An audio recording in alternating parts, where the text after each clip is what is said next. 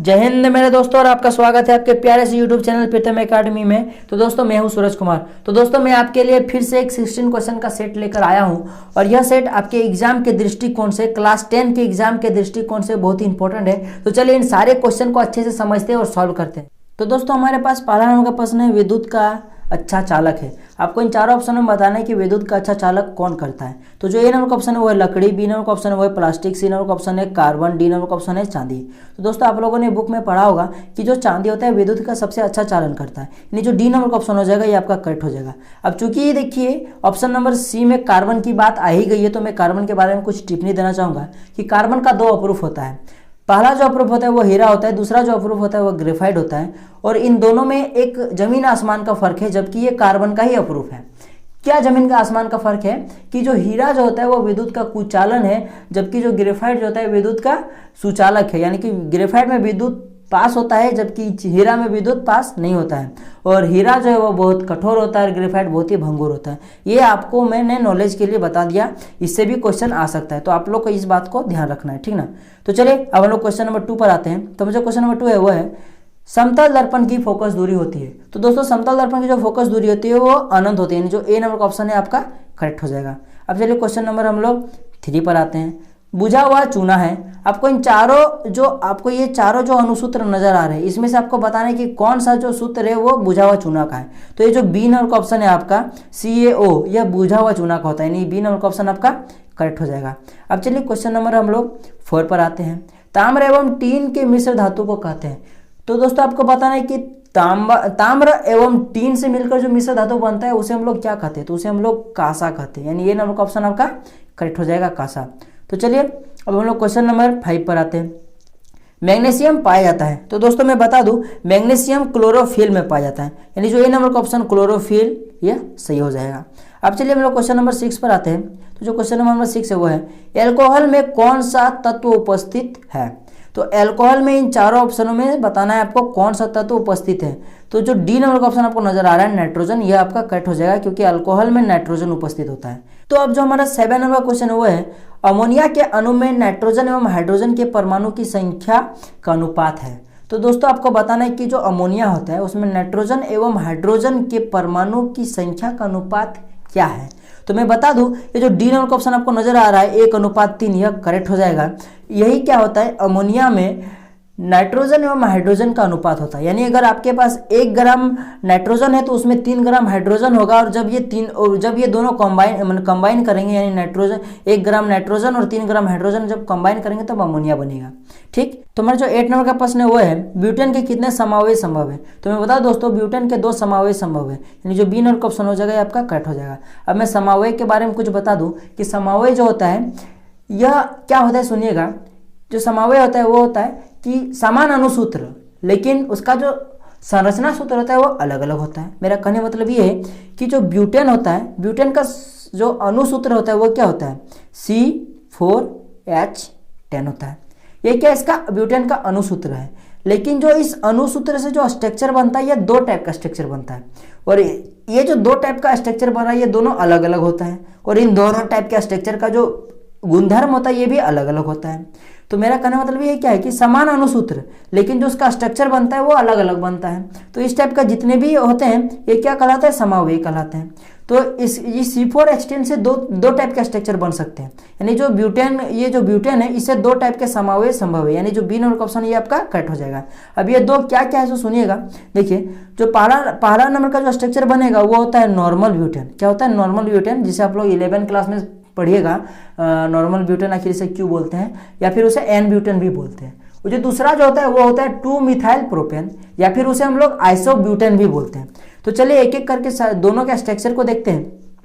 तो पहला हम लोग एन ब्यूटेन या फिर नॉर्मल ब्यूटेन पर बात करें तो वो उसका जो संरचना होता है वो इस टाइप का होता है। देखिए पहले उसमें 4 कार्बन लगाइए, क्योंकि उसका जो अनुसूत्र होता है वो क्या होता है, C4H10 होता है। ठीक, तो ये देखिए हम लोग चार कार्बन हम लोगों ने यहाँ पे लगा लिया। देखिए यहाँ पे 4 कार्बन हम लोग लगा लिया, इस पर बॉन्ड भी दे दिया। अब चलिए हाइड्रोजन लगाते हैं। यहाँ पे 3 हाइड्रोजन लेगा, यहाँ पे 1 हाइड्रोजन लेगा, यहाँ पे 1 हाइड्रोजन, यहाँ पे 1 हाइड्रोजन, यहाँ पे 1 हाइड्रोजन, यहाँ पे 1 हाइड्रोजन, यहाँ पे 1 हाइड्रोजन और यहाँ पे 1 हाइड्रोजन। तो गिन के देखिए 1 2 3 4 5 6 7 8 9 10 हाइड्रोजन है और 4 कार्बन है। तो देखिए ये क्या ब्यूटेन का ही फॉर्मूला हुआ ना, 4 कार्बन और 10 ब्यूटेन, ये क्या ब्यूटेन का ही क्या अनुसूत्र हो गया। तो ये क्या हो गया, ब्यूटेन का एक प्रकार का संरचना हो गया, और यह संरचना को हम लोग क्या कहते हैं, एन ब्यूटेन बोलते हैं या फिर नॉर्मल ब्यूटेन बोलते हैं। ये तो एक प्रकार का हो गया। अब जो हम लोग अगले पे बात करते हैं, यानी जो दूसरा प्रकार का जो होता है वो इस टाइप का होता है। देखिए 1 2 3 कार्बन और यहाँ पे 1 कार्बन लगा दीजिए। अब चारों तरफ जहाँ जहाँ पे हाइड्रोजन लगेगा वहाँ पे हाइड्रोजन लगा दीजिए। यहाँ पे 3 हाइड्रोजन लगेगा इस कार्बन पे, इस पर 1 ही लगेगा। इस कार्बन पे 3 हाइड्रोजन लगेगा, और इस कार्बन पे भी 3 हाइड्रोजन लगेगा। यहाँ पे 3 हाइड्रोजन, यहाँ पे 1 हाइड्रोजन। चलिए हाइड्रोजन को गिनते हैं, 1 2 3 4 5 6 7 8 9 10। इसमें भी 10 हाइड्रोजन है और आगे वाले में भी 10 हाइड्रोजन था।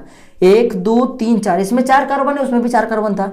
तो इसमें क्या आप लोगों ने नोटिस किया कि जो इसका अनुसूत्र है वो क्या है, C4H10 है, लेकिन C4H10 है, H10 है, लेकिन इसका जो संरचना सूत्र है ये 2 होते हैं, अलग अलग होते हैं। तो इस टाइप को क्या कहते हैं हम लोग, समवेय कहते हैं। यानी कि साफ नजर आया कि ब्यूटेन के कितने समवेय होते हैं, वो 2 होते हैं, यानी बी नंबर का ऑप्शन आपका करेक्ट हो जाएगा। और कौन कौन से होते हैं वो मैंने आपको बता दिया। पहला क्या था, एन ब्यूटेन या फिर उसे नॉर्मल ब्यूटेन भी बोलते हैं। दूसरा नंबर में क्या था, 2 मिथाइल प्रोपेन या फिर उसे आइसो ब्यूटेन भी बोलते हैं। ये सब आप लोग 11 क्लास में पढ़ेंगे, इसे आपको याद नहीं रखना है, बस आपको इतना याद रखना है कि जो ब्यूटेन होता है उसके 2 समवेय होते हैं। तो चलिए अब हम लोग क्वेश्चन नंबर 9 पर आते हैं। तो क्वेश्चन नंबर जो 9 है वो है, निम्नलिखित में कौन कमरे के ताप पर द्रव है। तो इन चारों ऑप्शनों में मैं बता दूं, एथेनॉल जो होता है वो कमरे के ताप पर द्रव अवस्था में पाया जाता है, यानी सी नंबर का ऑप्शन करेक्ट हो जाएगा आपका एथेनॉल। सी नंबर का ऑप्शन आपका करेक्ट हो जाएगा एथेनॉल। तो हमारा 10 नंबर का जो प्रश्न हुआ है, लेंस द्वारा उत्पन्न आवर्धन की एसआई इकाई क्या है। तो मैं बता दोस्तों कि लेंस का जो आवर्धन होता है उसका जो फॉर्मूला होता है वो क्या होता है, H'/H। तो ये क्या होता है, H' ये होता है प्रतिबिंब की ऊंचाई होता है, और जो H होता है वो बीम की ऊंचाई होता है। यानी कि H' और H क्या है, एक प्रकार की ऊंचाई है। अब बात रही कि ऊंचाई है तो आप ऊंचाई को मापिएगा किससे, तो भाई मैं तो बोलूंगा मीटर में मैं मापूंगा, आप सेंटीमीटर में भी माप सकते हैं। तो चलिए भाई मैं H' को मैं मीटर में मापा, तो अब भाई H' को मापा तो H को भी तो मीटर में मापना पड़ेगा, यानी कि मैंने H' को भी मीटर में मापा। तो चलिए यहाँ पे गौर करके देखिए कि H' को मैंने मीटर में मापा। मान लीजिए H' का कुछ आया 10 मीटर आया, चलिए भाई, यानी कि जो प्रतिबिंब की ऊंचाई जो है वो 10 मीटर की है। तो चलिए यहाँ 10 मीटर में लिख देता हूँ। और जो H है, H क्या है, बीम की ऊंचाई। तो बीम की ऊंचाई भी कुछ तो होगी, मान लीजिए वो 2 है, चलिए भाई 2 मीटर है, तो ये 2 मीटर और ये 10 मीटर है। तो यहाँ से देखिए मीटर मीटर कैंसिल हो जाएगा, तो यहाँ मात्रक कुछ बता, कुछ भी मात्रक नहीं बचा, सिर्फ नंबर बचा। तो चलिए इसको भी डिवाइड कर देता हूँ, क्या हो जाएगा 2 5 10, यानी कि क्या आ जाएगा, सिर्फ 5 आएगा आंसर।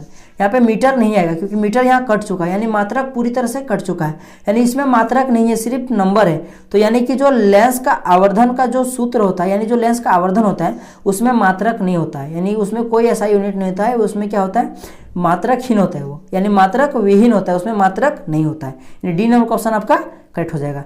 अब चलिए क्वेश्चन नंबर 11 पर आते हैं। तो जो क्वेश्चन 11 हुआ है, मनुष्य के शरीर की सबसे बड़ी ग्रंथि है। तो मनुष्य के शरीर की सबसे बड़ी ग्रंथि यकृत होती है, यानी जो डी नंबर क्वेश्चन आपका करेक्ट हो जाएगा।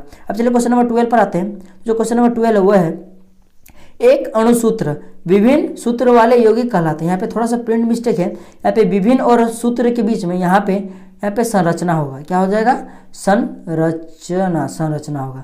यानी क्या हो जाएगा, एक अणुसूत्र परंतु विभिन्न संरचना वाले यौगिक कहलाते हैं। तो मैंने थोड़ा देर पहले आपको बताया वो क्या कहलाते हैं, समवेय कहलाते हैं, यानी ये नंबर का ऑप्शन आपका करेक्ट हो जाएगा। अब चलिए क्वेश्चन नंबर हम लोग 13 पर आते हैं। तो जो 13 नंबर क्वेश्चन वो है, किशोरावस्था में होने वाले शारीरिक परिवर्तन का कारण है। अब बात रही किशोरावस्था में शारीरिक परिवर्तन का कारण क्या है, ये आपको बताना है। अब आपको देखना है कि वो लड़का का पूछ रहा है कि लड़की का पूछ रहा है। तो ये ऑप्शन में देखिए, ए नंबर दिया है आपका टेस्टोस्टेरोन, बी नंबर का दिया है आपको एस्ट्रोजन, और जो सी नंबर में दिया है थायरोक्सिन, और डी नंबर ऑप्शन दिया ए और बी दोनों, यानी कि ए भी होगा बी भी होगा, ये आपको डी नंबर का ऑप्शन बोल रहा है। तो चूंकि यहाँ पे क्वेश्चन में लड़का या लड़की ने बोला है, यानी कि अगर लड़का होता तो वो क्या होता, टेस्टोस्टेरोन, और लड़की होता तो एस्ट्रोजन होता। यानी जो ए नंबर का ऑप्शन और बी नंबर का ऑप्शन ये दोनों ही सही है, और चूंकि ए और बी जो है वो डी नंबर का ऑप्शन में, यानी डी नंबर का ऑप्शन आपका करेक्ट हो जाएगा, ए और बी दोनों। तो चलिए अब क्वेश्चन नंबर 14 पर आते हैं। तो जो 14 नंबर क्वेश्चन हुआ है, मानव हृदय में कितने कोष्ठक होते हैं। तो आप लोगों ने सबको ही पढ़ा होगा कि मानव का हृदय जो होता है वो 4 कोष्ठक होता है, यानी बी नंबर का ऑप्शन आपका करेक्ट हो जाएगा। और ये बहुत ही इंपॉर्टेंट क्वेश्चन है मेरे दोस्तों, यह बहुत सारे एग्जाम में, जब मैंने भी एग्जाम दिया था तभी ये क्वेश्चन आया था, यानी ये बहुत ही इंपॉर्टेंट क्वेश्चन, ये भी आए हैं, इसे हमेशा याद रखिएगा, बहुत ही सिंपल क्वेश्चन है और ये पूछने लायक क्वेश्चन है। बी नंबर का ऑप्शन 4 होगा। चलिए अब क्वेश्चन नंबर 15 पर आते हैं। रक्त क्या है? तो रक्त जो होता है वो संयोजी उत्तक होता है, यानी वो एक उत्तक है, यानी ए नंबर का ऑप्शन आपका करेक्ट हो जाएगा। अब चलिए क्वेश्चन नंबर हम लोग लास्ट यानी 16 पर आते हैं। श्वेत प्रकाश वर्ण क्रम में किस रंग की किरण का विचलन अधिक होता है? आपको बताना है कि जो श्वेत में जो प्रकाश होता है ना, उसका जो स्पेक्ट्रम होता है उस पर क्या होता है, उसमें किस किरण का विचलन सबसे अधिक होता है, आपको ये बताना है, सबसे अधिक होता है। तो इसके लिए आपको एक सीरीज याद कर रखना पड़ेगा। इसके लिए मैं आपको एक ट्रिक बता दूं, वो ट्रिक क्या है, बेजानी अह पिनाला, बेजानी ह पिनाला, यानी मैं लिख देता हूँ, देखिए बे, रुकिए मैं लिख देता हूँ थोड़ा सा, बे, फिर जा, फिर नी, फिर ह, फिर पी, फिर ना, फिर ला।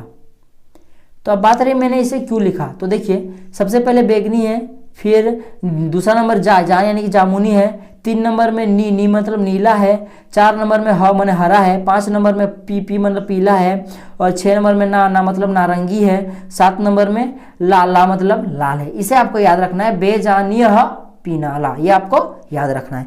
अब बात रही यहाँ से हम लोग इस क्वेश्चन को कैसे रिलेट करें, तो ये जो आपको नंबर नजर आ रहा है 1 से लेकर 7 तक, यानी कि जब आप 1 से 7 तक जाइएगा, यानी बैगनी से जब आप नीला की ओर जाइएगा तो उसमें क्या हो जाएगा, उसमें तरंगदैर्घ्य बढ़ता है, तरंगदैर्घ्य बढ़ता है। अब बात रही इसमें तरंगदैर्घ्य का क्या काम, तो मैं दोस्तों बता दूं कि ये जो विचलन का जो वर्ड है ये तरंगदैर्घ्य से कहीं ना कहीं रिलेट करता है। मेरा कहने मतलब ये है कि जिस रंग का तरंगदैर्घ्य सबसे ज्यादा होगा उसका विचलन सबसे कम होगा, और जिसका तरंगदैर्घ्य मतलब जिसका तरंगदैर्घ्य सबसे कम होगा उसका विचलन सबसे ज्यादा होगा।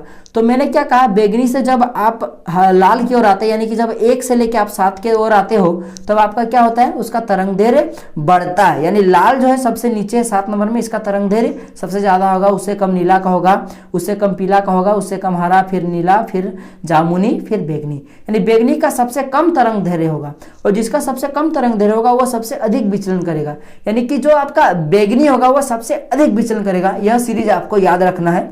तो यानी कि जो आपका डी नंबर का ऑप्शन आपको नजर आ रहा है बैगनी, ये आपका करेक्ट हो जाएगा। तो इस तरह करके हम लोगों ने सारे क्वेश्चन को सॉल्व कर लिया, या हम लोगों ने सारे 16 के 16 क्वेश्चन को सॉल्व कर लिया।